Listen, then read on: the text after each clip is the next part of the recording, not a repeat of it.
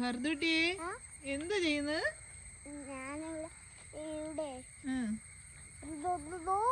എന്താണ്?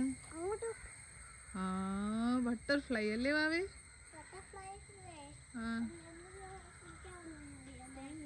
എന്തിനു കുടിക്കാനാണ് വന്ന ബട്ടർഫ്ലൈ?